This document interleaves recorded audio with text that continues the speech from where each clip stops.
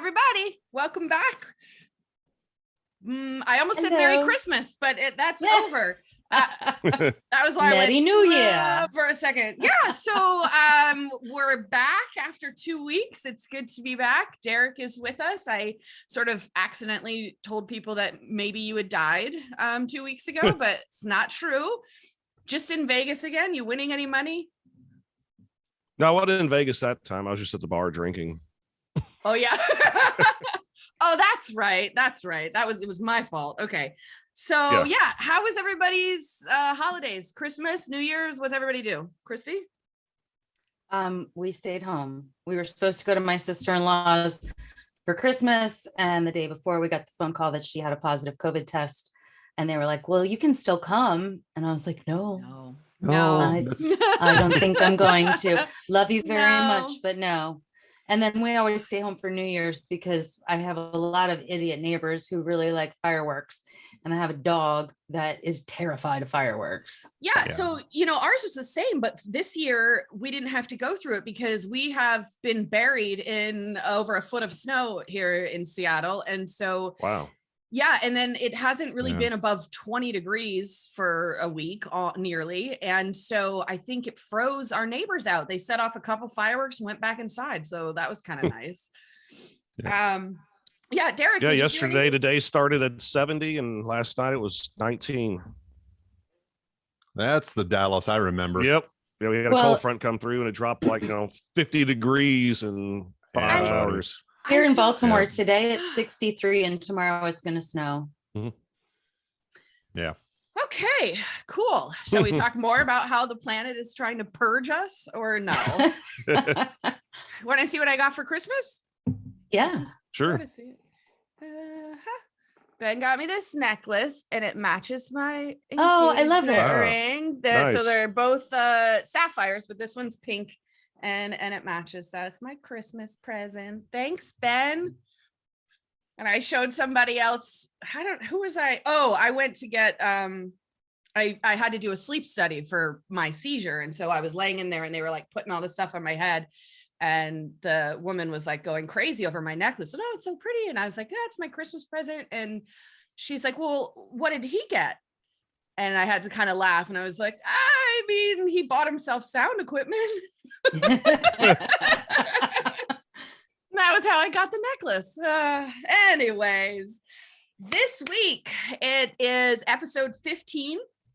We're doing Homecoming. It's a Charlie episode. It's my episode. Before we get to those details, everybody watching, please go down here and hit subscribe if you haven't yet. Go into your audio podcast listening app of choice and rate us and review us. Send us an email to spacebearmedia.com/contact, or we do have a message today from Twitter. You can find us there, spacebear_media on Twitter and Instagram. You just told people to go down on us. Yeah, I did. Yeah. Yeah, hold on here. Yeah, I didn't even take a shower this morning. Yeah. Okay, so we got a message on Twitter from an account that looks as though it might be dedicated to Lost because it has the numbers 815 in it. But it says, hey ho, you kind of promoted your podcast on r/Lost. Wait, did they call you ho? They started this by calling you a ho? It was all one word, hey ho. Hayho, like hey-o, maybe, I don't know. Oh, the way you said it made it sound like hey ho. Hey ho. Yeah. Sup, bitch. I don't think that's how they meant it. But anyways, so it says you kind of promoted your podcast on r/Lost, which was Reddit. A while ago I did that. It says earlier, and I listened to the first 2 episodes. One of the men, sorry, don't know who is who yet, said that Jack was supposed to be killed off in the pilot, and one of the ladies, sorry, don't know who's who yet, I'm not sure how, we all sound different, but that's okay, said that she didn't know that as well. This is true. What most people don't bring up, though, is that Hurley and Rose were initially also supposed to be killed off. A bit hard to imagine the show without them, but it's true. And then he gave us access to a Google Drive doc. If I can also have access to it, I'll put it in the comments. I'm not sure, but I will send it to you guys. It is the original outline for like episode Cool. 1 for the pilot. Or it actually, I looked through it. It looks like it encompasses all of like parts 1 and 2, but it's the original outline, and some of the character stories do not go the way that we are now used to them. So I just wanted to say hi and thank you for our email. It is from @KUHPUNKT, and that's that on Twitter. So yay. Send us messages. We love them, and we will read them out to you. Next week, I do want to remind everybody the Lost the Plot lads, Ado and Dave, will be here with us. We are recording with them for an episode for season 2, but they're going to join our video chat. So we'll see them next week. And all right, let's talk about episode 15. Did you listen to it? I did. Christy? I know you did. These two don't ever fucking listen to them. So we were there. We made them. I actually edited them. them. Yeah. Okay. By way of editing. Yeah. I like it being fresh in my mind before we do this. Yeah, I do too. So I had a couple corrections. So here is an interesting thing. We are all very confused about when the show is supposed to take place. Like, when did actually Oceanic Flight 815 take off? So I looked this up, and it's just something I never really realized. But the showrunners had the date of their flight as September 22nd, 2004, the same day the show aired on television. So they were supposed to be missing as we were watching it, essentially. It's like what that was going to say. Yeah. So this episode takes place in London, most of it, the flashbacks, because of Charlie. And we meet Mr. Francis Price Heatherton, who is somebody that I hate.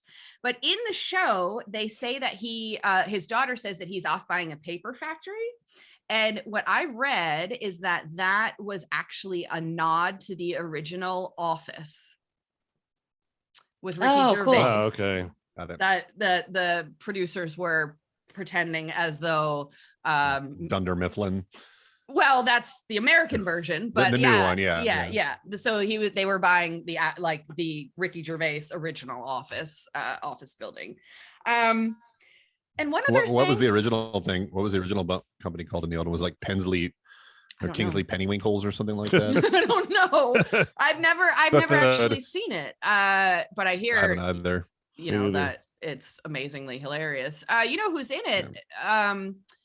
Shit. Who plays the Hobbit? Ian Holm? No, in the Hobbit, not in the Lord of the Rings. Who plays Ian Holm in the Hobbit? Oh, he's also on Sherlock. Yeah. Why can't I think of his name?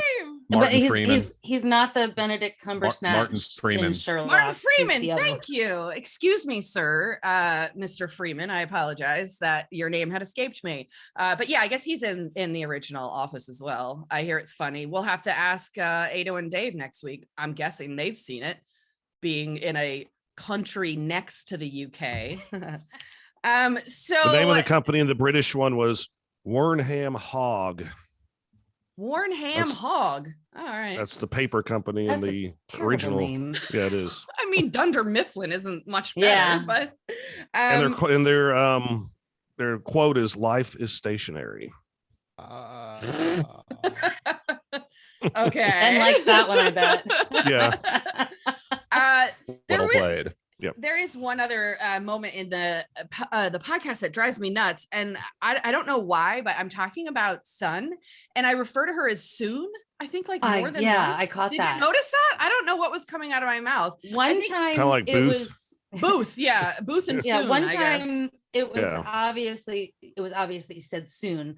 A couple times, I think you said almost like a mixture between Soon and Sun. I can't produce So the same weird. sound. I know, it's so weird. And as I'm listening to it, I'm just like, why did I say that? Anyways, it annoyed me, so I wanted to bring it up.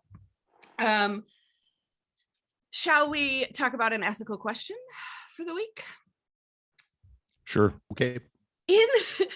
In the episode, Charlie does accept a job selling copiers, and he obviously has no experience selling copiers. So what I want to know is, would you accept a job offer if you knew that it wasn't based on merit?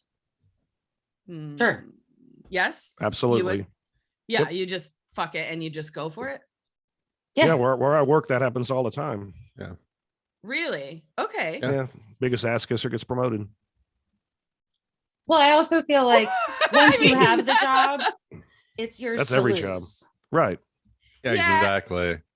So like a fake it to make it until you make it kind of thing, I guess, is what you're talking about. I think that's what I think whether or not you're qualified for something, going into a new situation with new people and all that type of stuff, it's sort of that anyway. Right. Like you get in, you don't really know what the fuck is going on, even if you understand the industry or something like that. Maybe I wouldn't become a especially if you move surgeon. to like but- yeah, exactly. I think it really depends. It depends on the job. It's like if somebody says, "Hey, you want to be a pilot?" Well, fuck no, but Train if it's me. just like moving from Okay. yeah, exactly. But if you're moving from something where people's lives aren't depending on you, and Right. it's sort of like, I don't know, office corporate environment. Yeah, absolutely.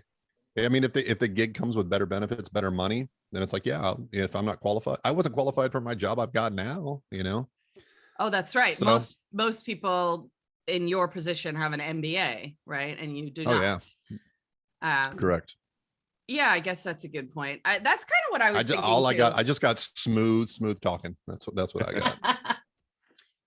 Yeah, I mean, you had some experience too, but I guess I'm picturing it more like in Charlie's situation. If you just have no fucking clue what you're doing, it sounds like it would be a really scary endeavor, but I suppose if you could pull it off, especially if it was like a good paying job, I suppose that would make sense. Yeah.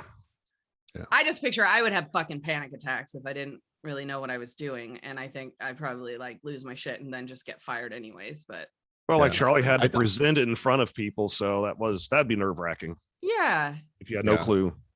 I think actually a more interesting spin on this question would be, would you give somebody a job for which they were not qualified? Because No, I think I would not. for most people, if you ask them the question and you're the one getting the job, they're like, well, yeah, Of course. I'd take a job because it could represent a really good opportunity. Flip it around. Would you give somebody a job that wasn't qualified Are for it? they having sex with me? When you offer them the job Or I'm not before. sure exactly. Or is it after? During? Oh, all right. Oh, during the interview? Oh, yeah. Mhm. So yeah, I mean, I guess if they'll put out, I An can give oral them a job. interview. See, now we're getting into some ethical questions. That's yeah. Okay, I'm just kidding. Is the sex good? Yeah. Oh, okay. I mean, that matters. Do they too. let me degrade them? All right. So let's talk about our fun question this week. Is not entirely fun. It's a little bit sad. Last week, just before the new year, an incredible icon left this planet. Betty White died at the age of 99 and only a couple weeks away from 100. So here's what's really interesting about this. 2 weeks from today, we will be on episode 17. And it will come out 2 days after she would have turned 100. And we talk about her in the episode. Very coincidentally, it comes up in our fun facts, if you guys remember that. Yeah. So stay tuned in 2 weeks. When Sawyer calls son yes. Betty. Yeah. Yeah. Sawyer makes a remark, calls son, the nickname he uses is Betty, and it is a reference to Betty White, which we talk about in that episode. So I thought that was kind of wild. I didn't realize it at the time that it would have come out right after her 100th birthday, but when she died, I started racking my brain and thinking, fuck, what episode was that we even talked about her? And I had to go back and look. And yeah, so that'll be in 2 weeks. So this week, what I want to talk about is, for our fun question, it's Betty White. I just want to talk about your favorite role of hers, or your favorite thing about her, or let's just reminisce a little about an incredible, incredible woman. Christy, did you have something you loved about her? So when I was a kid, my great grandmother would come and pick us up almost every single weekend, and we would spend the weekend at her house. And so I remember, I think it was Friday nights, might have been Saturday night. Anyway, I remember watching the Golden Girls with her every weekend, and it was funny, even though I didn't really understand all the jokes. I still understood that Rose was kind of an airhead and Blanche was kind of a slut, even though I didn't really know what that meant. And but I have very fond memories of that. And then I think after the Golden Girls, my very favorite thing that she did was when she was in, I think it was called The Proposal with Ryan Reynolds and Sandra Bullock. And she's dancing and she starts swinging, to the window, to the wall, to the sweat drips down my balls. And just hearing that come from Betty White was from her. Yeah. Yeah. Did you call her Sandra Bullock? Yeah. Bullock. How do you pronounce it? Bullock. But that's Bullock? okay. Bullock. Bollocks. All right. Since we're talking about balls. Sandra Bullock. I don't know. Now it's in my head. I forgot that was where she and Ryan Reynolds met, and he has like a crush on her. And it was only just, I think it was like days before she died that they were tweeting about that at each other about like his love for her. And she just was amazing. Like as a female icon, she was really incredible. Speaking of balls, she does have a famous quote, which I probably will butcher now, but Love it. Something, it goes like, I don't know why people say to grow a pair of balls, they're weak. You should grow a vagina. Those things can take a pounding, I think is what she said. God, it's just sad. I'm so sad that she's gone. And it's so fucked up because if she's about to turn 100, it shouldn't be shocking that she's dead.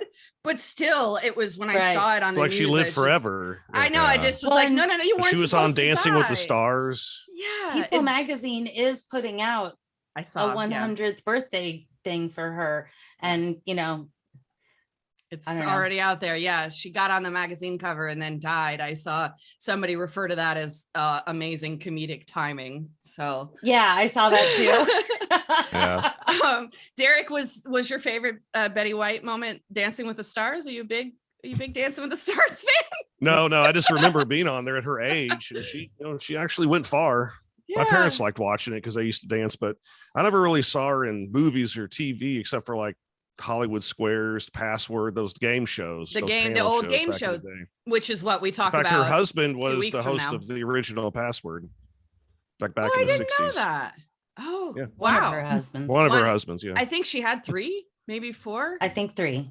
3? It's actually not bad for Hollywood in 100 years. Honestly, all the best people have 3 husbands. Ben has an answer. He's going to be stealing mine. My absolute favorite role of hers. I watched the movie on the morning that she died, bought it and watched it again. Do you want to tell everybody what your choice is, Ben? I mean, I think you've already kind of done the setup. You might as well just say it. If you've never seen the movie Lake Placid, I recommend it highly. It is a very underrated, very hilarious Black comedy. She has a small supporting role in it. I think isn't it a dark comedy? When you say Black comedy, I think that's Tyler Perry or something. Yeah, like Medea does this. Yeah, you're talking about a dark comedy. I mean, I thought that meant the same thing, but okay, yeah, no, I don't know. Okay. I was confused by it. So maybe if Derek is also confused by that, then I think there may be something there. I think it's a dark comedy. So the movie Lake Placid is a satire. Is that better? There you go. Yeah. It's very funny. She's a small role in it, but it is an incredible role. You get to hear her use words like cocksucker and fuck meat. And it's just, I'm gonna have to watch that. It's hilarious. It's just really, to hear really her say that. Yeah. And she's just, it's stunning in it. It's the movie itself is one of my favorites. Like I say, it's totally underrated, but it's my sense of humor. So if you're listening to our podcast, we probably have similar senses of humor. You should see the movie Lake Placid. She's in it, and it is just my absolute favorite thing. And obviously, I grew up watching the Golden Girls as well, and not understanding some of the jokes, but I think you're right. I had the basic gist of the Golden Girls. Yeah. Well, my great grandmother was one that she was an old Southern lady, but she also loved anything scandalous, so she just, I don't know. Was she Blanche? That's what I think of when I think.